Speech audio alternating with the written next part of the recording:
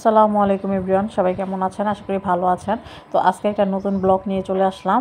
সকাল সকাল ব্লগটা শুরু করে দিলাম। তো সকালে ঘুম থেকে ওঠার পরে রুটি বানানো শুরু করে দিয়েছি, নাস্তার আয়োজন শুরু। আর নাস্তাতে আমি অনেক সময় দেরি হয়ে যায় দেখে একসাথে দুটো করে রুটি ভাজি। আমার তাওয়াটা দোকানিদের মতো বড় কিংবা হোটেলওয়ালাদের মতো বড়, এই কারণে একসাথে দুটো করে রুটি ভাজা যায়।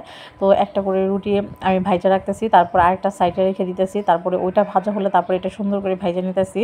তো এভাবে করে এক এক করে আমি নাস্তা বানায় তারপর নাস্তাটা এখন শুরু করে দেবো। বিসমিল্লাহির রহমানির রহিম করে খেয়ে নিলাম। তো আজকে ভাজিও করছিলাম, সাথে আলু ভাজি করছিলাম, কিন্তু ভাজিটা আপনাদেরকে দেখানো হয়নি। তো নাস্তা খেয়ে চিন্তা ভাবনা করতেছি দুপুরে রান্নাবান্নার আয়োজন করব। তো কী রান্নাবান্না করব এগুলো খাইতেছি আর চিন্তা করতেছিলাম যে ওয়েদারটা আজকে অন্যরকম, একটু ঠান্ডা ঠান্ডা আবহাওয়া। খিচুড়ি রান্না করি, কিন্তু খিচুড়ি রান্না করলে হয় কি রাত্রে আবার রান্নার একটা প্যারা থেকে যায়। তো এখন চিন্তা করতেছি যে এখন দুপুরে রান্না তরকারি এগুলোই রান্না করব, লাগলে রাতে একটু অন্য কিছু তৈরি করে নেব। তো এইদিকে নাস্তা পানি খাওয়ার পরে আমি এখানে চুলাতে ডাল বসাই দিছি, আর ডালে হলুদ আর লবণ দিয়ে সিদ্ধ দিয়ে দিছি। আর এদিকে তরকারি কুটে নিচ্ছি, এখানে নিচ্ছি আলু বেগুন কুটে, আলু বেগুন দিয়ে একটা মাছ দিয়ে রান্না করব। আর এখানে রুই মাছ নিচ্ছি, রুই মাছের টুকরাও নিচ্ছি, সাথে মাথা নিচ্ছি, কাটা নিচ্ছি। কাটাকুটাগুলো করলা দিয়ে রান্না করব। তো এখানে করলা আমি সুন্দর করে পাতলা পাতলা করে কেটে নিয়েছি, সাথে পেঁয়াজ তারপরে কেটে নিচ্ছি, রসুন কেটে নিচ্ছি।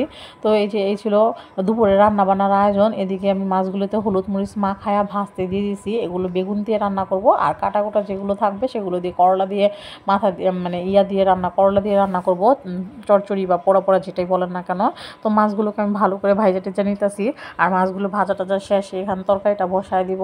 প্রতিদিন ঘুম থেকে উঠলে সকালে নাস্তার পরে মহিলাদের যে কাজের প্যারাটা থাকে সেটা হচ্ছে দুপুরের রান্নার আয়োজন নিয়ে চিন্তা ভাবনা করতে করতে অনেকটা সময় পার হয়ে যায়। তো এই সময় পার হতে হলেও রান্না করতে হবে, আর চিন্তা ভাবনা না করলেও রান্না করতে হবে। রান্নার থেকে রেহাই নেই মহিলাদের। তো যাই হোক, তো এই চিন্তা ভাবনা করে রান্না করতেছি। ঘুম থেকে উঠে প্রতিদিন আমার এই প্যারাটা থাকে। তো এখানে মাছটা আমি ভালো করে কাটাকুটা কষায় নিলাম, কষায় করলাগুলো উপর দিয়ে দিলাম।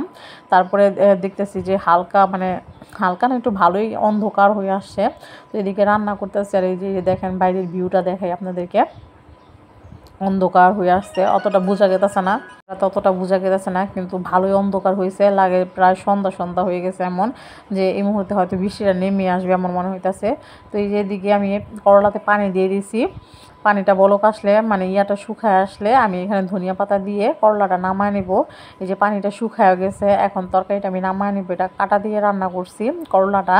তো এই তো করলা রান্না এদিকে আমার শেষ। তো এখন আবার বেগুন তরকারির জন্য আমি এখানে বসাই দিছি, পাতিলাতে তেল দিয়ে পেঁয়াজ দিয়ে হলুদ মরিচ সব কিছু দিয়ে বসাই দিছি। আর এদিকে দেখি বৃষ্টি শুরু হয়ে গেছে। তো বৃষ্টি শুরু হয়ে গেছে, আমি একটু হাত দিয়ে বৃষ্টির পানি ধরলাম। বৃষ্টির পানি ধরা নাকি সুন্নত, ধরলে ভালো, আর বৃষ্টির সময় দোয়া করলে নাকি কবুল হয়। এদিকে দেখি কিছু ছেলেরা ছাদে নাচানাচি করতেছে, তো আমি একটু ক্লিপ নিয়ে নিলাম। ওই যে দেখেন নাচানাচি করতেছে।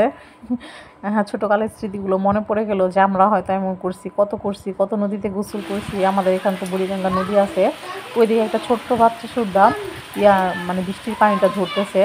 তো আগে ছোটোকালের স্মৃতিতে মনে পড়ে গেল। তো যাই হোক, রান্নার পাশাপাশি একটু বৃষ্টিও ধরলাম, পানি ধরলাম, একটু করলাম। আর এদিকে বেগুন তরকারিটা আমি সব কিছু দিয়ে একবারে সম্পূর্ণ রেডি করে নিচ্ছি। তরকারিটা শেষ রান্না, এদিকে এখন খাওয়া দাওয়ার পালা। তো এই তো এখানে ছিল মাছের ডিম, আর এটা দিয়েছে আমার চাচি শাশুড়ি, উনি রান্না করছে। তো মাছের ডিম দিয়ে লেবু পাতা দিয়ে, তো বিসমিল্লাহির রহমানির রহিম করে মুখে দিয়ে নিলাম। আর রান্নাটা অনেক মজা হয়েছে, ওনার হাতের রান্না খুব ভালো। তো আর এখানে আমি সাথে নিয়ে নিচ্ছি করলা দিয়ে যে মাছের যে কাটা রান্না করছি সেগুলো। তো আগে মাছের ডিমটা দিয়ে খেয়ে নিতেছি, মাছের ডিমটা খেতে অনেক মজা হয়েছে।